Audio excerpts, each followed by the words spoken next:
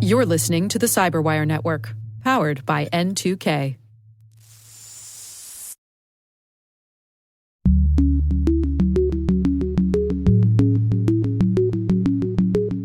Swatting often involves a cyber nexus. You can hire somebody on the dark web to make those fake calls, and that's where a lot of this stuff begins. And like any type of incident, we need run books and preparation. And I think there's a lot we can learn out of this incident. So that's first off why I think this even fits in our swim lane to talk about. Hello, everyone, and welcome to Caveat, the Cyberwire's Law and Policy podcast. I'm Dave Bittner, and joining me is my co-host Ben Yelin from the University of Maryland Center for Health and Homeland Security. Hello, Ben. Hello, Dave. On this episode, we have our very special guest, Caleb Barlow from Cyberbit. He joins us with a conversation about swatting. While this show covers legal topics and Ben is a lawyer, the views expressed do not constitute legal advice. For official legal advice on any of the topics we cover, please contact your attorney.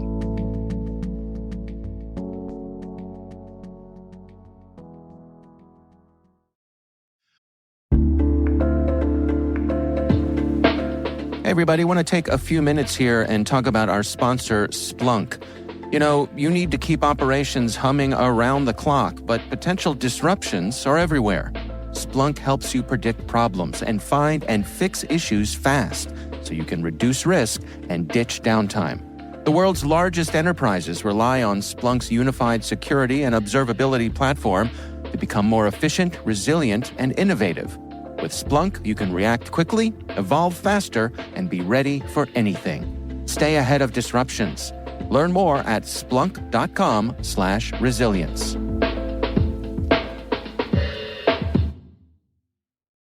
All right, Ben, so it is always a pleasure to welcome back to the show Caleb Barlow. Caleb, thanks for taking the time for us today. Oh, happy to be here, guys. So we are going to dig in today on a very interesting case that involves swatting here. Caleb, you want to set the scene for us? What are we talking about today? Well, first of all, let's talk about why we're talking about this. Like, why is this in our swim lane? And, first off, swatting often involves a cyber nexus. You can hire somebody on the dark web to make those fake calls, and that's where a lot of this stuff begins. And swatting can impact individuals, like if many people remember back to when Brian Krebs, who's obviously pretty famous in the cybersecurity industry, was swatted in his home, or, businesses, public places. And like any type of incident, we need run books and preparation. And I think there's a lot we can learn out of this incident. So that's first off why I think this even fits in our swim lane to talk about, Dave. I mean, there's been some deaths. People have died from being swatted. It's only a handful, but it has happened. And we actually saw over the holiday break, several members of Congress were swatted as well. I was just going to say that, including prominent ones. I know Marjorie Taylor Greene of Georgia has been swatted like 5 times. Whatever you think of her, that's really, really bad. Yeah. Yeah. Well, and the thing is, I think part of what we have to talk about, and that's why this incident is such a good case study, is the mere act of lots of police responding with guns drawn to an incident and people's reaction to that can easily go sideways. And what we're going to talk about today is a really good case study. So let me kind of set the stage here. So this was a swatting incident purporting to be a school shooting, okay? Now, we're not going to mention the name of the school or the police department. I don't want to cause any undue harm here. In fact, why this is so interesting is all those people did everything right. Now, this is a true story. It actually happened, and it's a well-funded private high school in Massachusetts. Faculty, staff, students, they had all drilled. This is a school that had all the preparation in place. They had an emergency notification system to students, faculty, and parents in place. They had the ability to lock down the entire school. And most importantly, they had taken the steps to practice with their local police department on the response. So, well-prepared, well-funded, no issues there. It should also be noted as we talk about this and why this is such a good case study is nobody was actually hurt. So, no one died here, but things went horribly wrong. And the way this went down is the swatting incident begins, and on the same day, multiple calls were made to multiple schools in Massachusetts pretending to be school shooters. Now, at the other schools, the police showed up. They realized that there wasn't a shooter, and everybody kind of quickly stood down. And unfortunately, I think most schools are now kind of used to getting an occasional swatting incident or a bomb threat, and they have good policies and procedures for this. Yeah, let me just interject. I mean, I as someone who has a high schooler, they drill for this. They have their lockdown drills. I can one up you. I was at my daughter's elementary school. She's in first grade for a Christmas party, and they had a lockdown drill. Well, all the parents were there. I was locked down in the lobby. It was a drill, but it just kind of one of those reminders of the age we live in. Yeah. Now, well, and I can one up both of you in that my child actually went to this school, which is why I know so much about this incident. Wow. So All right. I can also give you a little bit from the parents' perspective here as well. So let's talk about what happened. Okay. So local police get a call on their business line. There's a person in the bathroom at the high school with a long gun. 6 to 8 officers immediately respond. And we should note that the police department is literally down the other end of the street from the high school. So it takes mere seconds for the police to get to the school. The first responding officer jumps the curb with their police car, drives it right down the sidewalk, enters the school with a long gun drawn. Now, this is happening so quickly that simultaneously the police are calling the school to let them know that they've had a report of a swatting incident. Literally at the same time, the first officer is walking in the door. That officer tells students to run as they enter the building. The initial group of officers enters the bathroom, determines that there's no threat, there's no shooter, and I think they quickly start to realize that this is a nothing burger. And you can there's video of this, and you can actually see the officers start to stand down, holster their weapons. But this is where things go sideways. So one of the officers, as he's holstering his weapon, it gets caught on his belt, and the weapon discharges into the floor. Now, luckily, it misses the officer. Again, no one was hurt. But now you have a shot fired inside of a school. And remember, this is a school where people are well trained. They have rehearsed this. Every teacher in that school knows if they hear a shot fired, immediately dial 911. 911 is immediately flooded with calls from the school. Shots fired, active shooter in the school. Which is kind of true. Right. Well, it is true. They're doing exactly what they were trained. Right. Okay. An announcement goes out over the loudspeaker at the school, and I've heard this recording from a administrator, active shooter, and the administrator is nearly in tears.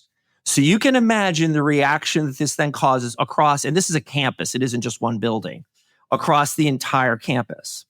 So this now goes to a full response from 911. Now, what that means is it turns out the state police barracks, now a whole barracks, is on the other end of the street from this school. The entire barracks empties out and heads towards this school.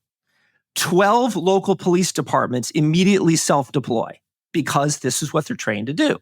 They hear school shooting, they hear active shooter. They don't even wait for the call for mutual aid. They immediately respond.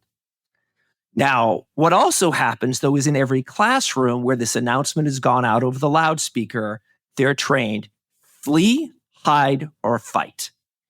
Flee was chosen by many of the students and faculty on the first floor. They literally ran into the woods. Hide was chosen by the faculty and students on upper floors. And, at about the same time as they start barricading themselves in classrooms, the regional SWAT, and in this area of Massachusetts, each police department has a couple of members of the police department that are part of a regional SWAT team. They all have their own gear and vehicles. So now there are literally dozens and dozens of SWAT vehicles, everything from, old police vans to, tactical units headed towards this school. Now, the response here of students and faculty is interesting. And again, this is what people are trained for: flee, hide, or fight. But you can quickly gather where this could have gone very wrong. In some classrooms, and it should be noted, they even had teachers in some of these classrooms that had actually been in tragic situations and school shootings before. When I say these classrooms were trashed, I am not exaggerating. If it was not nailed down, it went up against the door in these classrooms. Computers, desks, everything immediately thrown against the door, causing I don't know how much damage, but quite consequential. Some of the stories were amazing too, though, of people, again, because they thought this was an active shooter, people on crutches and kids carrying them into the woods, students staying with older teachers that were unable to run on their own to make sure that they could get to safety. Outside the school, seniors, because this was at the point of the year where seniors had already graduated, self-organized on social media to come get their young underclassmen and transport them out of the area. There were kids that were found on I-95, which is near the school, major interstate, hitchhiking home, literally ran out to the highway and thumbed away home, and other students going to pick them up. Neighbors opened their homes, but in some cases actually grabbed their weapons and headed towards the school. Wow. Yeah. Now, you can imagine a whole bunch of ways that can go wrong when you have a responding officer seeing somebody running towards the school with a gun. Right. Local businesses organized to provide safe harbor for students and parents. In total, somewhere between 150 and 200 officers responded. 4 to 5 helicopters were in the air, and all area schools went on lockdown. Quite a story. But again, what makes this so interesting for this forum is let's now talk about the implications of this, what can go wrong, and the legal aspects of this. Well, I mean, okay, so where's a good place to begin? Should we start with who should be held responsible for this incident from a legal perspective? Sure. Because that's where things get really interesting. And as soon as I heard this story, something triggered my brain to my 1L torts class, which is really the worst place your brain can trigger you to. I hear that's an incredibly exciting class. That was like a 3 cup of coffee class for me. Con law was like a 1 cup of coffee. This was, maybe 4. But there was this famous case, of course I couldn't remember the name of it, but I pulled it up, called Palsgraf v. Long Island Railroad. And for those of you who are attorneys, you definitely learned about this case in law school, though you might have forgotten about it. And I'm just going to briefly describe the facts of this case and tell me if you think this sounds familiar. So a woman named Helen Palsgraf was waiting at a Long Island Railroad station. This is in 1924. She's trying to take her daughters to the beach. 2 guys tried to board the train before hers. One of them was being aided by a railroad employee. So there was a guy who was like pushing this other individual onto a moving train. This guy was carrying a package. That package exploded. That explosion caused a large, quote, coin-operated scale on the platform to hit her. And she began to stammer, and she sued the railroad, basically alleging that the employees had been negligent. So she was trying to hold the Long Island Railroad Company liable for what happened to her here. What this is getting at is how you determine proximate causation in terms of legal responsibility in an incident like this. Generally, any entity, whether it be a person, a cyber criminal, group of cyber criminals, is only going to be held liable if the consequences that flowed from their actions were reasonably foreseeable from their actions. And what the court held in this Long Island Railroad case is that what happened here, where a person's package fell, knocked over whatever it was, this coin-operated scale on the platform, because that was the thing they had in the 20s, apparently. 100-year anniversary of this case, by the way. So the court held that the defendant could not be held liable for an injury that could not have reasonably been foreseen. And I'm wondering if you think this case is applicable to what happened here, and what the lesson would be if you think it is applicable in terms of who we hold responsible and how big of a punishment should be levied against the people who caused the swatting incident in the first place. Well, and of course, what also gets, becomes an interesting kind of variable on this is, in this case, I don't think anybody has any idea who caused it. In some cases, this could be some, individual far, far away just trying to cause disruption. It could be a kid that, didn't want to take their exam today, or it could be some form of protest in any number of reasons, right? But, there are kind of 2 actors that are often involved in this. The person that paid for it and more often than not, the cyber criminal offering the service to make the phone call on the dark web. Because unless you're a stupid cyber criminal, you're not making this phone call from your cell phone. Right. And there are stupid criminals out there. There are a few. I've watched enough Jay Leno episodes over the years. In general, crooks are stupid. Yes. But I guess my question for you would be, let's just say law enforcement figured all this out, right? Like, how do you divide up responsibility from the person running the service versus the person that paid for it?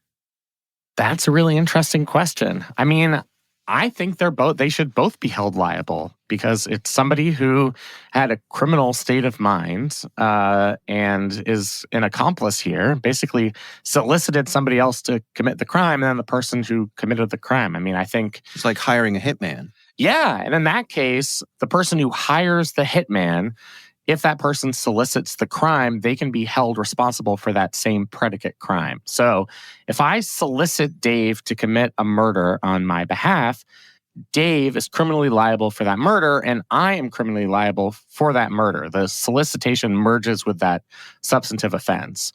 So I think from both a criminal and civil perspective, I think you hold both the payer, so the person who solicited the cyber criminal to make the call, and the cyber criminal himself liable. And I think you have to hold them both jointly and severably liable, as they say in our industry. Okay, well, let me throw another wrinkle into this. All right. So, on the dark web, these services exist, and they're everything from, I can call in a bomb threat to I can, claim that, someone that works in your office is a sexual aggressor, and they've done these horrible things to me. And I've heard some of the tapes of these calls. Like anything, if you do it enough, you get really good at it. In this case, where you're calling around to multiple schools, basically inflicting terror, does this cross the legal boundaries from a normal petty crime into some level of terrorism? And then I'm offering this service up for anybody to use to basically cause disruption across many, many communities. I don't think this fits in the legal definition of terrorism. And why is that? So terror as like a colloquial term is one thing, but I think the crime of terrorism is described as committing a crime with some type of political purpose to cause widespread fear or apprehension among a population of people. And if you don't have like a broader goal in mind, generally that's the state of mind required for a federal terrorism charge, is that there's some political element to it, which makes it separate from just your standard garden variety criminal activity. That's my understanding of it. Let me dig into a detail here. What about the police officer who accidentally discharged their weapon? Is there any, even out of negligence, suppose this went even worse than it did and someone did end up injured or, God forbid, killed, would this officer have borne any responsibility for the negligence, for escalating things through the negligent use of their firearm? I mean, it depends on how you would evaluate negligence. So you'd compare this officer to a similarly situated officer. It's basically, what would a reasonable officer have done under the circumstances? Mm-hmm. And you probably know this better than me, Caleb. Like, in this circumstance, is what the officer did, is that A, unusual, and B, like, is there any indication that the officer was being negligent? Like, maybe they didn't have the gun properly secured in their holster. Otherwise, I don't think there's any criminal or civil responsibility if it was just a straight accident absent negligence. Well, and I think in this case, I mean, this was obviously all done above board. There was an investigation. As far as I know, I think the officer was cleared of everything. I mean, here's someone that was putting their own life on the line to respond very rapidly to the school to save these kids from what they thought was a threat. But also what makes this such a good case study is there's video of all this. And I think you're going to include that link in the show notes. You can literally see the officer going to holster his weapon, it get caught, and it accidentally discharges. So I think in this case, there's very little question or doubt that this was just a freak accident. But, there's another piece of this, though, which is that we have trained and spent so much time, especially around school shootings, in amping up the response to ensure that the responding officers mitigate the threat. What strikes me about this is we haven't put anything into our run books and response plans, both for school shootings or even for a cyber incident, on how do we de-escalate? How do we rapidly spin an incident down? Because I think the thing we haven't recognized in our overall consciousness of this is during that period of time where we're operating on a elevated level of threat, we are also operating on an elevated level of risk that accidents can you have police officers going down the road at high speeds. You have weapons drawn. You have, people barricading themselves in rooms. Like, there are lots of other things that can go wrong, from the benign twisted ankle to somebody getting killed. Yeah, I mean, that was going to be my next question, was the kind of the proportionality of the response. And from a policy point of view, how we prepare the communications between our schools and law enforcement. And what I'm thinking of here is, if you had multiple swatting incidents in the same day across multiple schools, to me, that's a red flag that there probably isn't anything to this. Or maybe it could be that someone is actually going after one school, but they're calling it in at many as a misdirection. So you certainly have to consider that. But it seems to me like the point where the state police got involved and you have multiple helicopters overhead, is that a proportional response? And I get the precautionary principles here. I mean, if it were my child, I would want, the brute force of local police and state police, and I understand people's impulses. But I don't know if we've really reckoned with that as a society. Like, how much is too much in terms of mustering a response? And is there a level of response where it's so overwhelming that that entity should be liable, especially in civil court, for whatever happens as a result of that overreaction? I don't think there's a easy moral answer to that question, especially given how many real incidents we've seen. Well, one of the things I kind of bring to this that, I spent a lot of time, as you guys know from past conversations, coming out of the fire and EMS world, almost like another career when I was much younger. And, one of the interesting things you learn is, let's say you respond to an incident, maybe it's a car accident and someone has died. One of the things they train you is that your patience change, right? Up to the point that you believe that people are alive when you're responding to this car accident, your patient is the person in the car. Once you know they've deceased and, at least if you watch any crime shows, the blanket comes out and they get covered up, your patients are the bystanders. And I think one of the things people have realized is that, there is a mental and emotional impact on family or other people that are around. And they train you to really make that shift. Once you know that you can't save the individual, how do you shift to the people that are around? And one of the things I think is so fascinating to learn out of this, because again, it escalated, no one was hurt. So we can very objectively look at it and say, okay, how do we fine tune our policies? Once you realize that, okay, this is indeed a nothing burger, and of course, you've got to go through the process of confirming that, of clearing the school, how do you de-escalate rapidly? Because as long as you have young eyes seeing lots of police cars, sirens, parents responding in, thousands of text messages of all kinds of parade of horribles back and forth to parents of what's going on, how do you rapidly get everyone calmed down so you lessen the potential mental and long-term, trauma that's going on to the people that are watching this and the students that are involved? So I will say, in what I've read about the story from this school, is that they did do a good job post hoc in terms of things like bringing in school counselors. It was amazing. Yeah, I mean, that element of it is admirable and I think absolutely necessary. But I do think there has to be some type of consideration on, in the emergency management, EMS, law enforcement worlds, what is the appropriate way to de-escalate the situation to prevent additional harm once you've determined that the threat isn't real? What's interesting to me is, like, What percentage of bomb threats do you guys think actually come to pass where there's actually a bomb? It's got to be less than 1%, right? Yeah. So this is something that happens very frequently, and it still causes panic. But yeah, I mean, that's a really difficult question to wrestle with. And I'm wondering if there's, something that can be introduced in the emergency management world that's part of the cycle of preparedness, where you go through your preparation plans and your response plans, your preparedness plans and your response plans. And then as part of that response, there's a focus on de-escalation.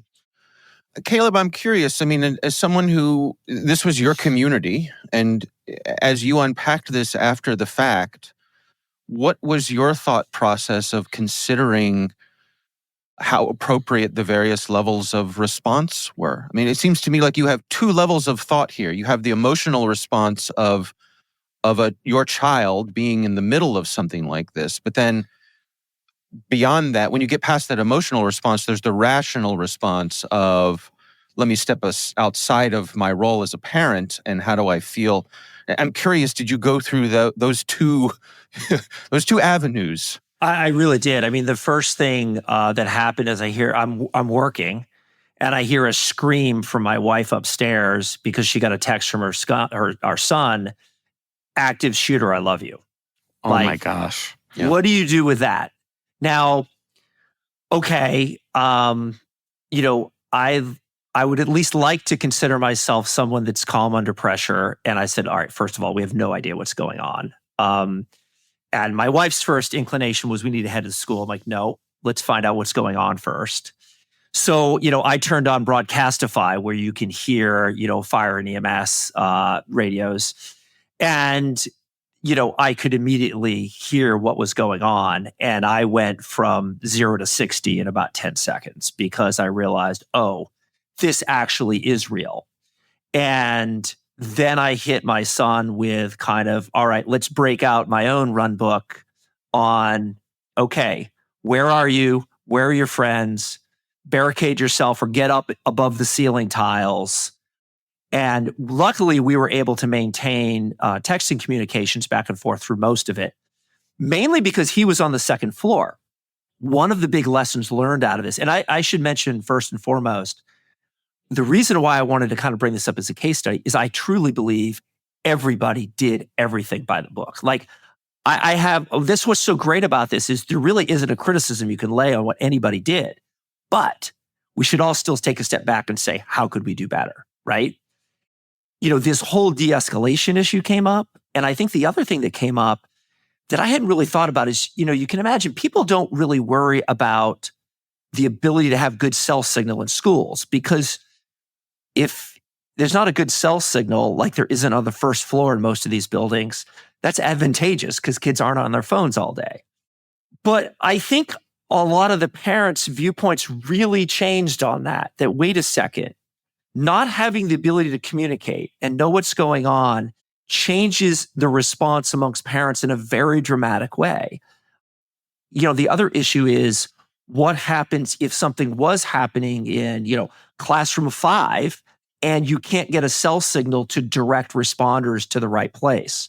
It's really interesting that you say this. I just did a project basically on this very subject. I was contracted to write a report on the advisability of having basically a panic button in public school systems. And there are a bunch of different ways a panic button could work. One of them is that an alert is automatically sent to all the phones in a particular geofenced area. It turns out, and we got a lot of input from a bunch of different stakeholders, that what they really need is bidirectional antennae so that cell service is stronger within schools, and better CAD-to-CAD communications between law enforcement agencies, computer-aided dispatch.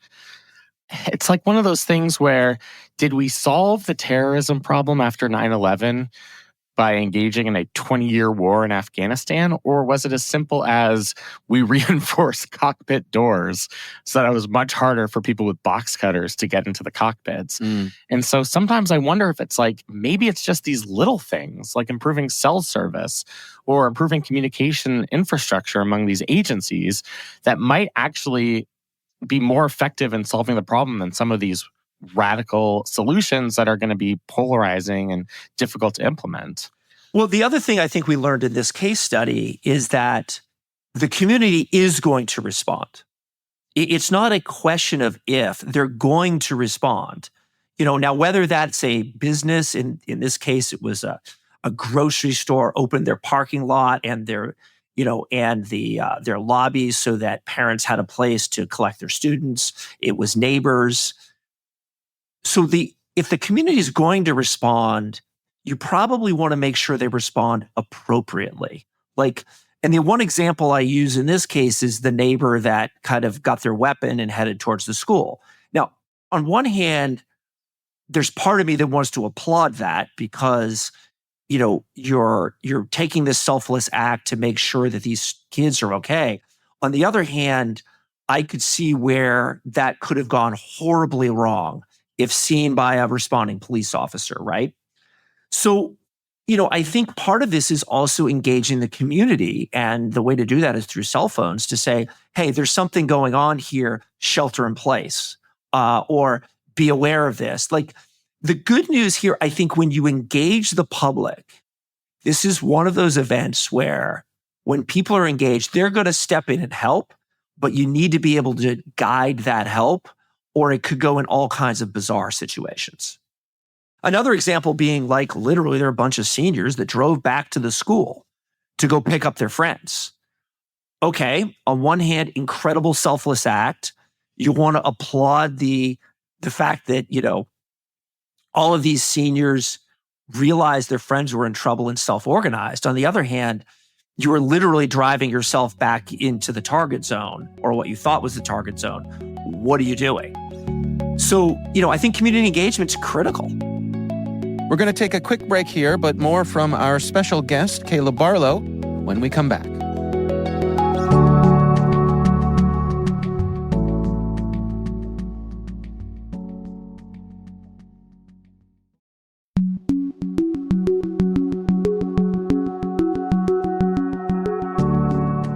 The point about cell phones, I remember, I'm old enough, and I guess, well, certainly Caleb, you and I are, Ben might not be, that when Columbine happened, which I think was, if not certainly it was the first big school shooting that I think had national attention. Right. It captured the zeitgeist in a way that nothing had before. Right. Yeah. So when that happened, we were still at the leading edge of cell phones and the idea of kids having cell phones. And at that time, the school policy that seemed to be being put in place was kids can't have cell phones at school. It was just simply, they are not permitted because they are disruptive. And Columbine changed that forever. Right. Because the parents said, you are not taking away my ability to communicate with my child in an emergency. And it's been that way ever since. Now, again, a kid in high school, some teachers let the kids keep their phones. Some kids have a big, hanging bag that has a bunch of slots in it at the front of the classroom, and the kids come in and they all put their devices in a numbered slot at the beginning of class, and they pick them up at the end, which to me seems like a good compromise, because if something goes bad, they still have access to the phone. Yeah. Right, exactly. But you're not going to be tempted with it during school. But this notion of having a robust signal in the school itself is an interesting one. But again, I keep coming back to this idea of a proportionate response. I mean, Caleb, do you believe that, again, when the state got involved and you have just an overwhelming force descending on the school, do you think that was the right move? Well, I think let's play this out in two ways. If it was an active shooter, no one would question that, right? I mean, what is all law enforcement active shooter training is engage the adversary as quickly as possible to stop the harm, right? With overwhelming force. So that's what you do. I think, though, the thing we've got to learn at, and of course, once those 911 calls are made, you have to go through and search the whole school. You have to go through the drill. But what I think you need to do is there needs to be some way to change the temperature on this, right? So, for example, one of the areas of risk that has been looked at over the last 10 years with enhanced 911 is how ambulances respond to patients. So in a community that has enhanced 911, what that means is the dispatcher is actually medically trained and they're talking to the victim. So let's say, Johnny has fallen down and twisted his ankle. That ambulance is not going to go lights and sirens. It's going to drive at normal highway speeds because there is no immediate harm that's going to be done if the ambulance shows up 20 minutes later, which is totally different, obviously, than someone who's dropped and is having a cardiac episode, right? So communities that have leveraged enhanced 911, what's happening there is that they are dramatically reducing the risk of high-speed ambulances flying through communities to things that are otherwise benign incidents. So in other words, there's a temperature. And, you maybe hear in cop shows, like code 1, code 2, code 3. These codes tell the individuals what the response is, what is required for that particular incident. And of course, with CAD, if things change at the patient, they can speed up the response. Maybe we need the same type of temperature on a response to some of these types of incidents where, okay, it's a shooting in a school, it's all out. But once we kind of know that maybe this is starting to look a little bit more like a nothing burger, we peel that back a degree. Maybe we've got a volume on this, right? Versus, okay, it is a potential active shooter at a warehouse that's empty at 3:00 in the morning.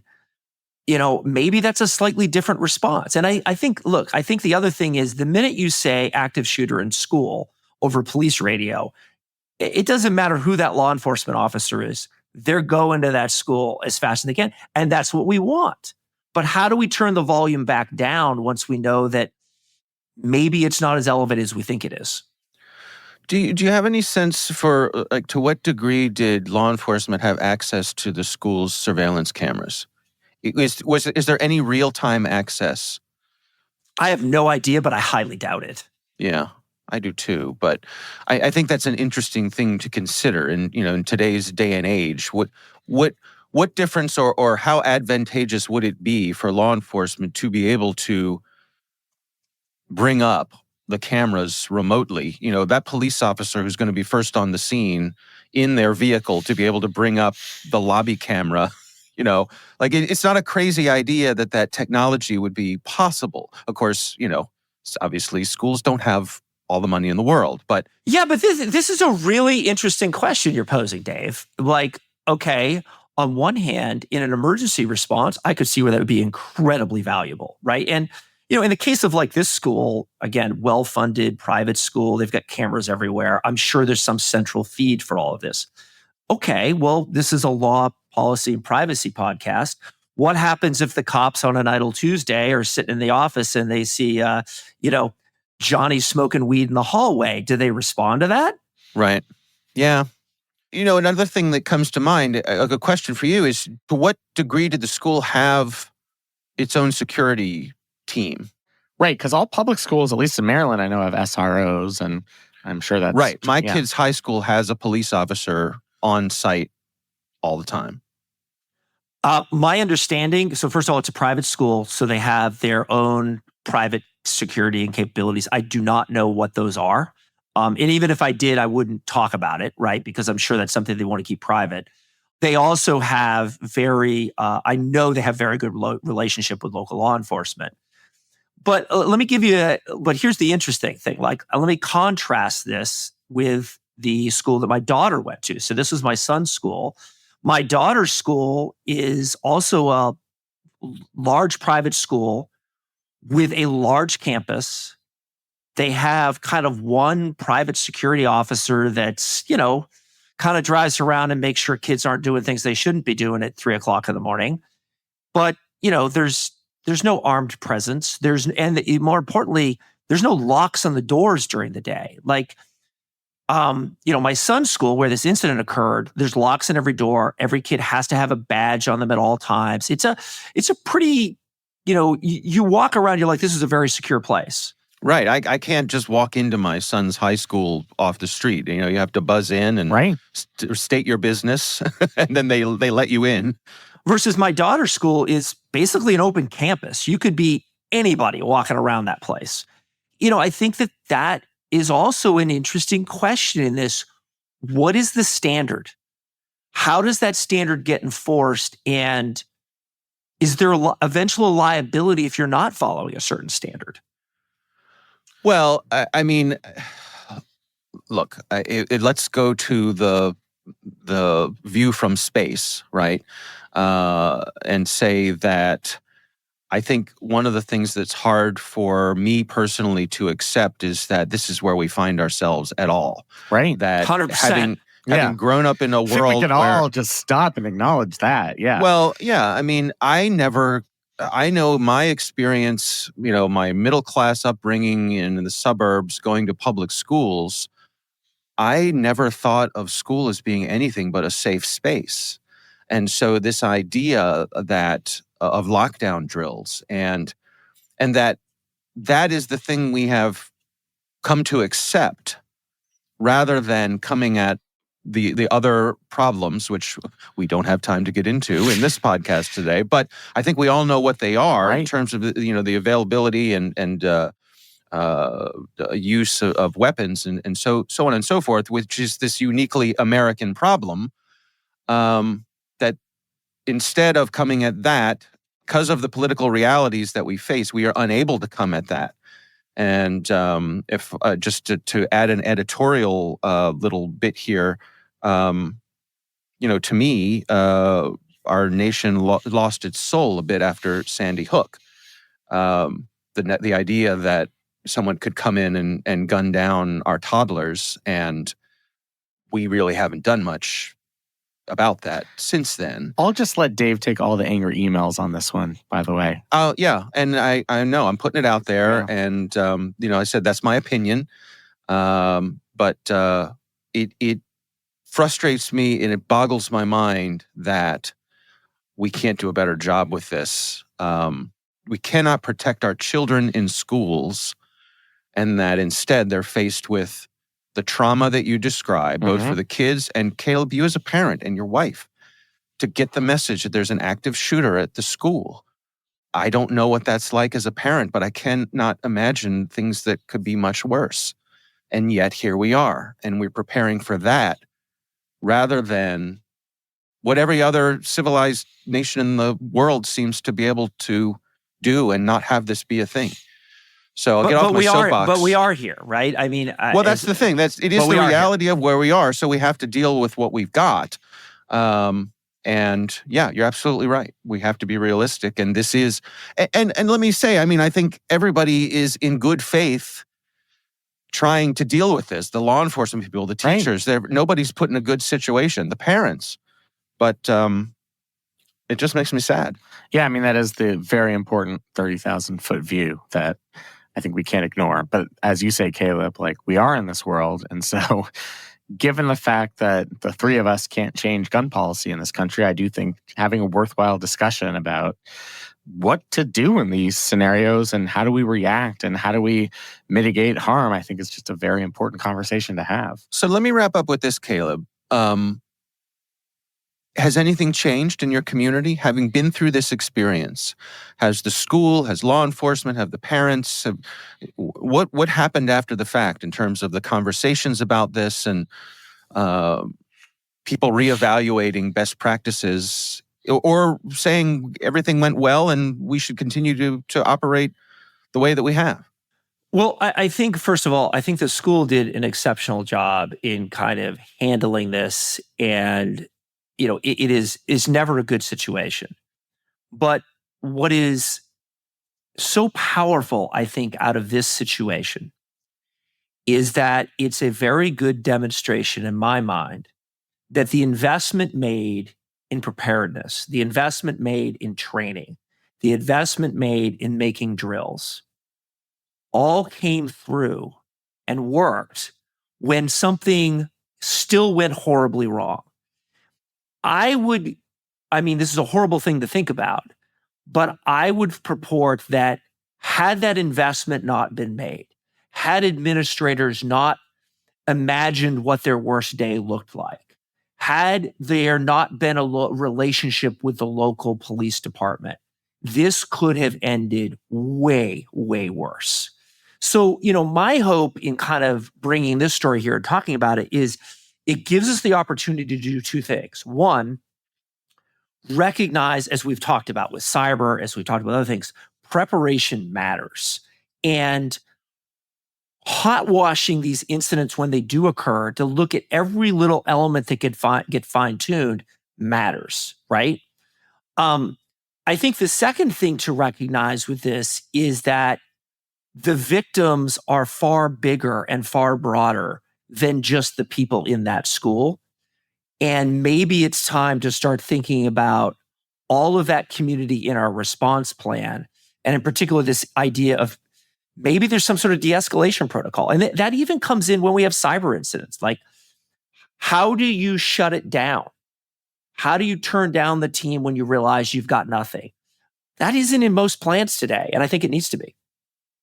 All right. Well, I think we are going to wrap it up there. Again, Caleb, thank you so much for taking the time for us today. This is a really interesting conversation.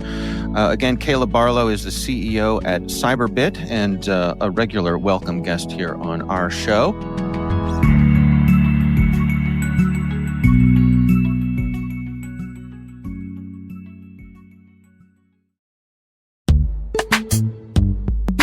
And now, a word from our sponsor. The Johns Hopkins University Information Security Institute is currently seeking qualified applicants for its innovative Master of Science in Security Informatics degree program. Study alongside world-class interdisciplinary experts and gain unparalleled educational, research, and professional experience in information security and assurance. Interested U.S. citizens should consider the NSF's Scholarship for Service program, or the DoD's Cyber Scholarship program. Both scholarships cover tuition and provide more than $30,000 in an additional annual stipend. Apply for these scholarships to start in the fall semester at cs.jhu.edu/MSSI.